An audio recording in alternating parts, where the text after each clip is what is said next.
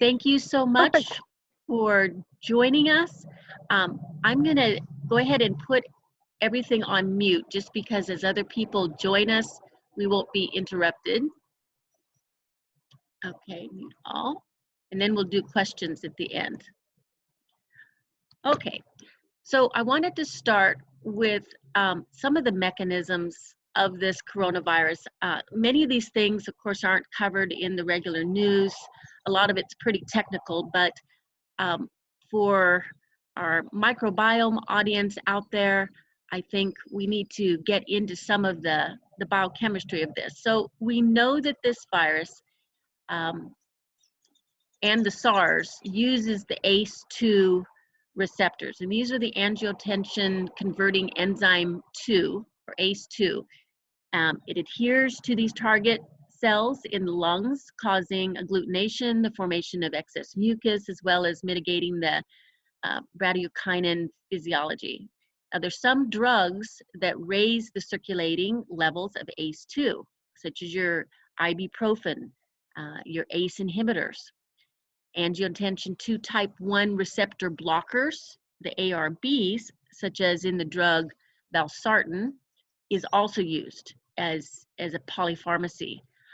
These actions are part of the mechanism by which the ACE inhibitors and the ARBs cause coughing as one of the primary side effects and now lead to rapid deterioration of the patient's condition with the COVID. So ACE inhibitors and ARBs are two classes of drugs that are commonly dispensed for blood pressure after diuretics. It may seem odd that the ACE inhibitors could raise the ACE2 and that their intended action is to lower angiotensin production by way of interfering with the ANG2 enzyme. But clinically, it has been shown that, albeit not as much as the ARBs. So this is why the ACE inhibitors most always have to be prescribed with ARBs in an attempt to lessen the more than 500% rise in plasma angiotensin 2 by way of the ACE2 triggered by the ARBs. I know it's convoluted, but this is, the way polypharmacy works. And they're prescribed to protect the kidneys of diabetics for lung injury and cardiovascular disease. A high percentage of those needing ventilators within hours of the onset of symptoms from the COVID and other infections had comorbidities that were treated with these drugs. So what we should be aware of are the other drugs that create individuals that are in that high risk category. And ACE inhibitors are going to be among that, as well as we get into, you look at some of the chemotherapeutic agents, the biologicals such as Humira and Enbrel, as well as the anti-diabetic medications. So all of these pharmaceuticals should be considered problematic for your clients or patients when it comes to the COVID.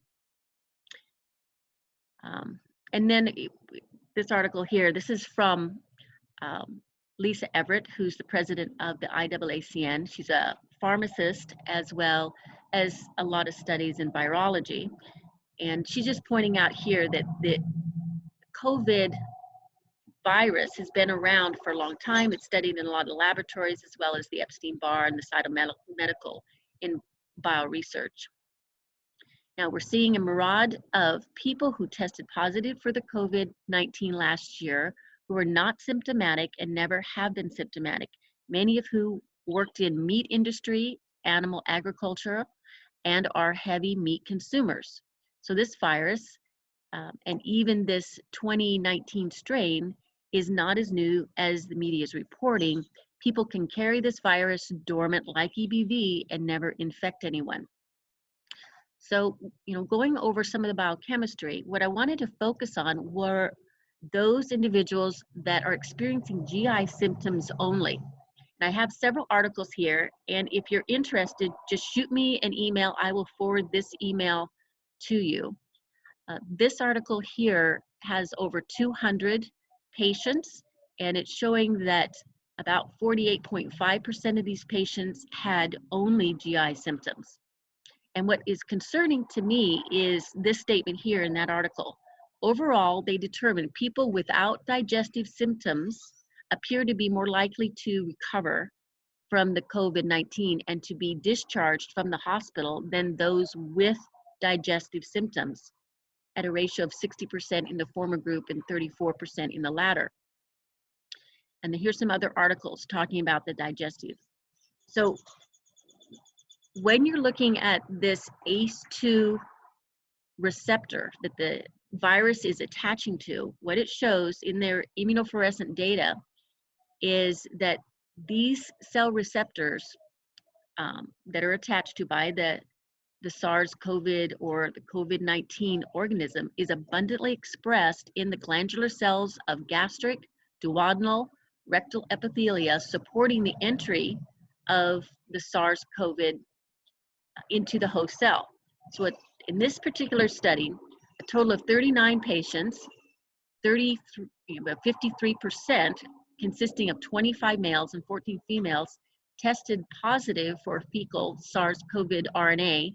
The age of these patients with the positive RNA stool ranged from 10 months to 78 years, and the duration of the stool positivity ranged from 1 to 12 days.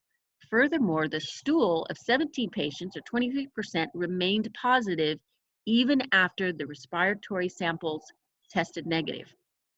So this, we have to ask ourselves, can we contract this virus from food and from food handlers? And there is controversy on the internet, some saying yes, some saying no.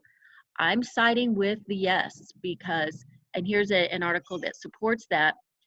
If someone is going to cough or sneeze on your food and you pick it up, there's still active virus available that will be ingested. And as we see, this ingested that leads to digestive symptoms tends to be the more fatal group. So I think this is worth discussing and talking to individuals about.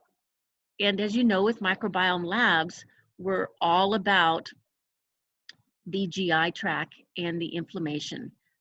And what this ACE2 inhibitor, what this ACE2 receptor is a manifestation of inflammation.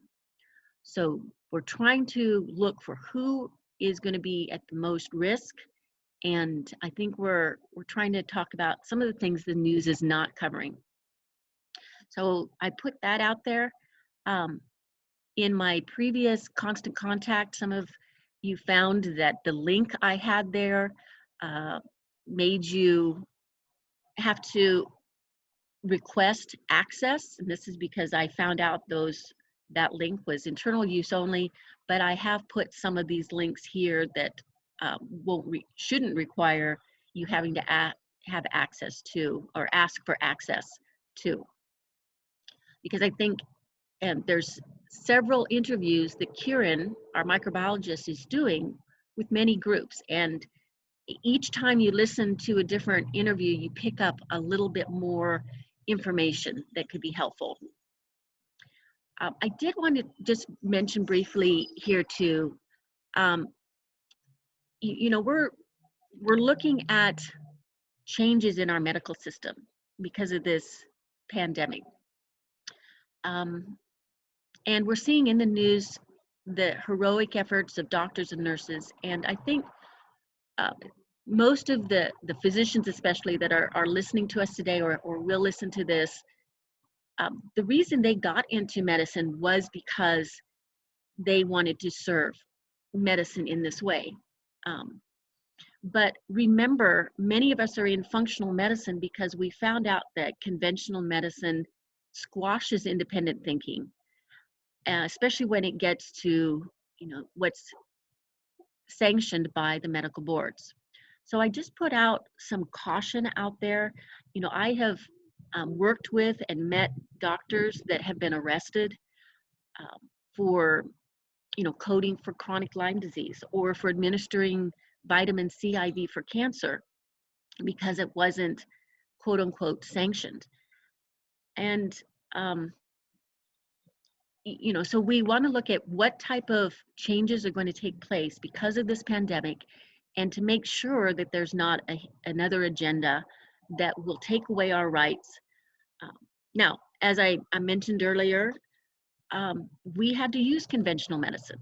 You know, Ken's squamous cell carcinoma was occluding his ability to breathe. So thank God there was a procedure, you know, even though it was chemo and radiation, it completely caused those tumors to abate, and he's, you know, recovering. So there is definitely a time and a place for all medicine. But again, keep in mind, I've experienced the denial of health freedoms from a medical martial law because of vaccinations and ADHD drugging of children. And keeping those options in place for conscientious objection, religious freedoms, religious waivers in the medical world is a struggle every year. So once you lose these rights, it's extremely hard to get them back. Now, some of you might have seen what's going on with Sire Jai. He's the owner and in charge of Green Med Info, and he's had a huge backlash in the information that he was trying to present. But when people are frightened, it's difficult for them to hear about hidden truths and agendas. In other words, you know, talking about the casualties of weaponized fear taking away our sovereignty will be ignored, or even worse, he'll be attacked, and that's what happens. Personally, I and my husband are strictly quarantined because he's immune compromised, he's over 60, he's male, he's blood type A, and extremely high risk. But we would have been doing this anyway without the pandemic. So we're grateful for all the restrictions to keeping, you know, this pandemic from spreading. I fully expect a mandated vaccine to come out of this. Now, if and when it does, we'll deal with it. In the meantime, we need to keep our wits about us so that we can deal with it. So, having said all that, I'm going to open up the floor and see what comments, questions you would like to share. Here we go. Okay. Does anyone want to comment on, was any of this new? Have you heard the GI tract information before, or the mechanisms of how this virus is working? Anything to add to that?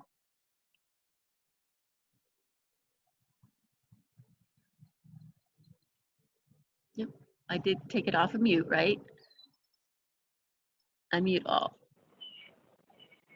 Okay, sorry about that. This is Chris. Yes, Chris. I have heard about the ACE2 interactions.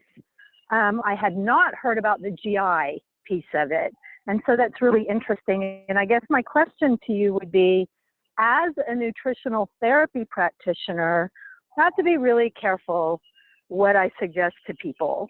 And how do you suggest I have them talk to their doctors about things like their diabetic medication and their heart medication? Well, you know, at this point, because of, you know, the rapid spread, the measures that are being taken place, there isn't a whole lot they can do at this, you know, period of time, except know that they're in a high risk category and to take even more precautions. You know, certainly it's always in whatever nutritional certification or credentials that you have, it's always our place to try to provide patients options and hope that we can forge a communication with their doctors. I've always told them, look, you know, give my number to your doctor if they would like me to talk with them about some of these things that I've learned or see the research. I'm happy to go over it with them. I never want to burn a bridge between a physician, but try to form an alliance. So that's, you know, some of the things that I've done in the past is to get a communication going to, a lot of times the doctors are really too busy to keep up on some of these. And, you know, it's just like the information sources they're listening to is not going to give them a lot of these perspectives. So open-minded docs will welcome this information. Sometimes you have to inform your patient or client that if the doctor, and this could be not just on this situation, but if they're resistant to some working with you or looking at some of the information, the data, then it is the patient's right to fire their doctor and find one that is more open to putting the patient's health ahead of, their ego in some cases, and working with you.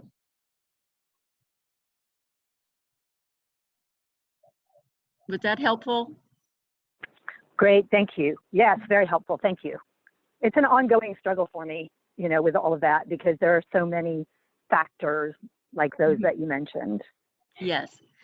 Yeah, and we've run into this several times. When we launched megaquinone, by explaining to cardiologists, that, in some cases we had to explain that vitamin K1 is different than vitamin K2. Trying to work with them to adjust INRs with a healthy diet, eating leafy green vegetables, and taking all of their supplements will benefit the patients, was a real struggle. And that's one of the reasons we came out with the alternative product, Myomax, without the K1, because they just wouldn't listen. So sometimes you win, sometimes you don't. Great, thank you. You're welcome.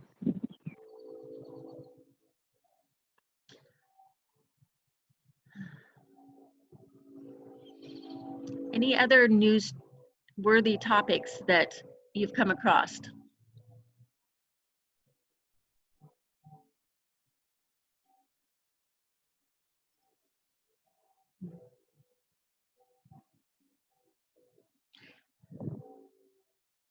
Has anyone else pondered the thought of mandated vaccination for COVID?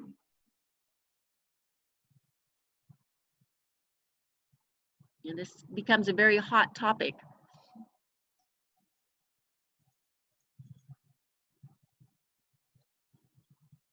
And we know that California had already mandated, childhood vaccinations. So it would seem very natural for them to be a state that would mandate it.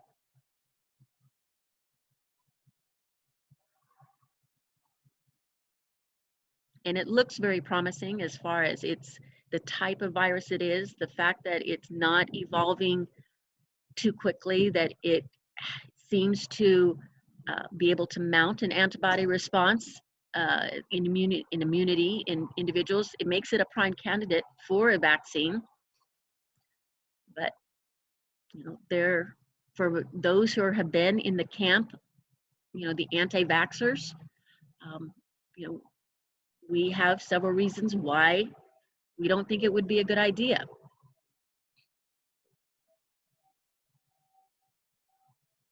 I do have a question.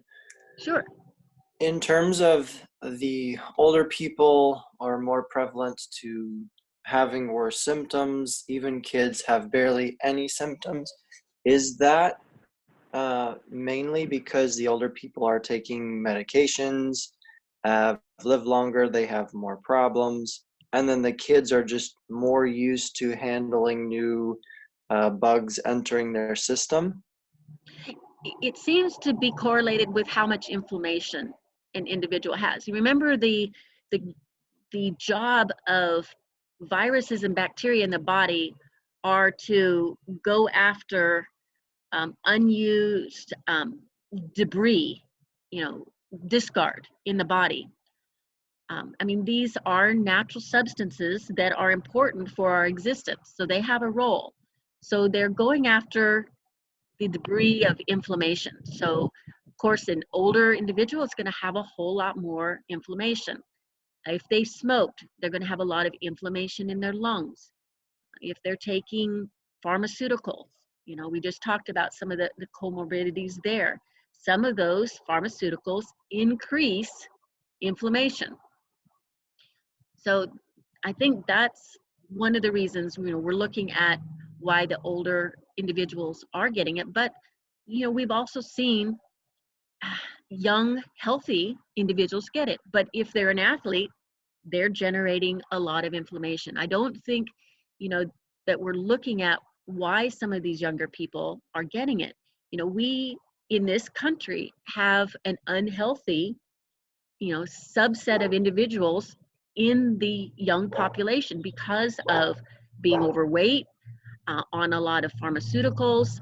So I think that's going to play a role in who's susceptible.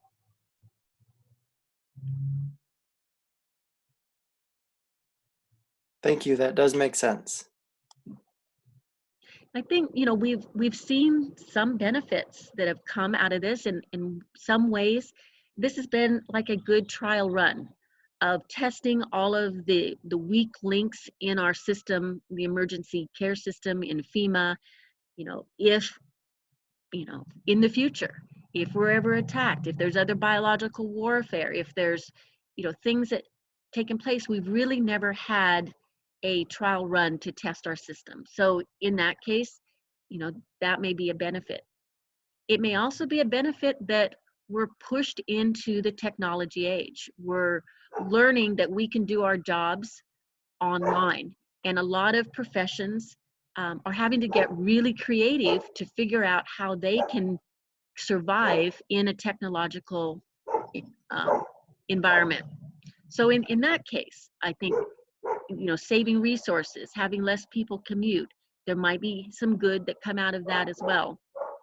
But when we're look at some of the downsides, I certainly think, mandates in our healthcare that take away freedoms is a problem.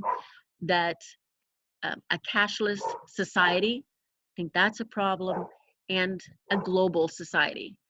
Some of these other things that have also will be more evident because of this tragedy may not be so good. Any comments on those?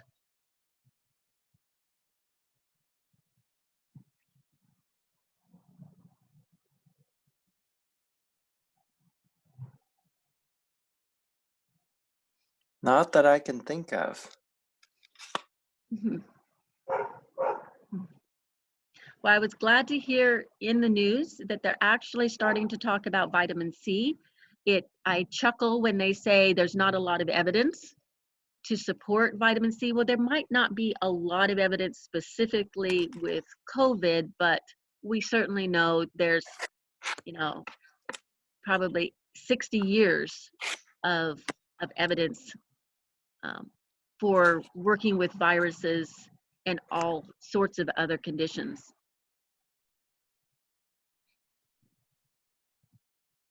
Have you read Chris Masterjohn's most recent work on that?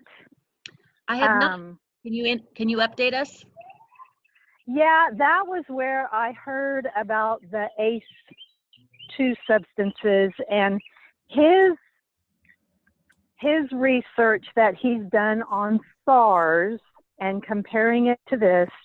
He's suggesting that high dose vitamin C as well as high dose A and D can increase the ACE2 and another substance.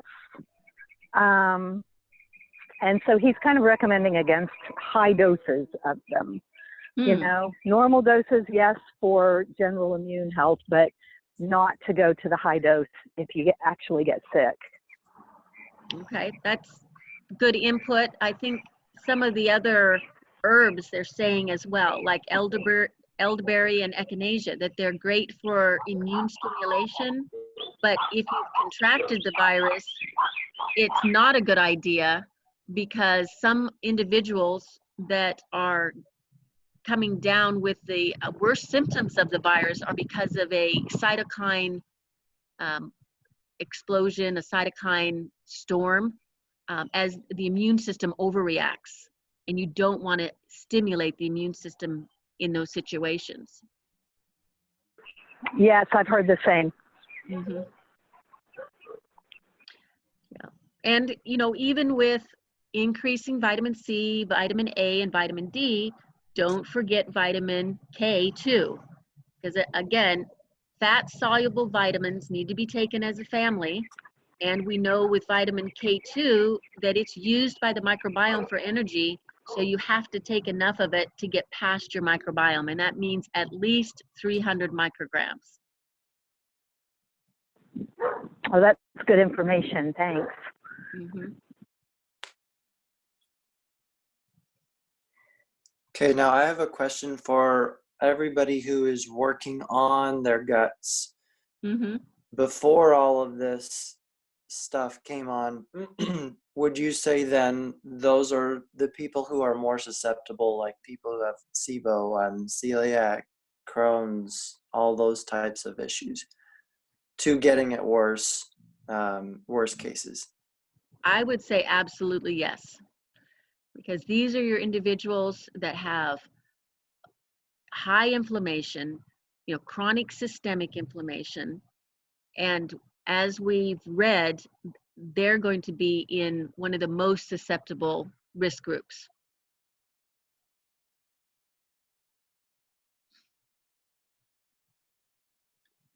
So definitely That all the more reason to really focus on the gut.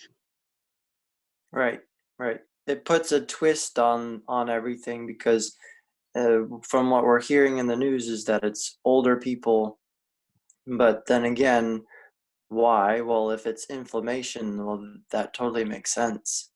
Yeah. Yeah. Now, and they're saying it's 60% older people. We still don't want to forget the 40%. And these are, I believe, going to be your young people with Crohn's, IBS, diverticulitis. Yeah, that makes sense. And there is a lot of it. Yes.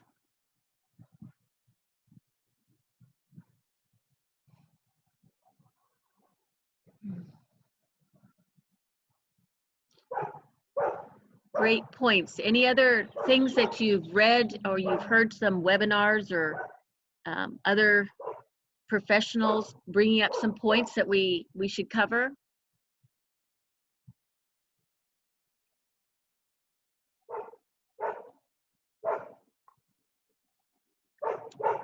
Okay, well, we'll go ahead and sign off. I'll get this uploaded, and please shoot me an email if you want this email here that I put together on the references for the GI tract studies, as well as some of these links for webinars that Kieran is doing. And please, everybody, stay safe out there, and we'll talk to you next week. So long. Thank you. You're welcome. Thanks, Tracy. That was great information. Well, I'm thank sorry you. I didn't get in on the first of it. I'll send you the recording, Catherine. Okay, thank you. You bet. Bye-bye. Bye.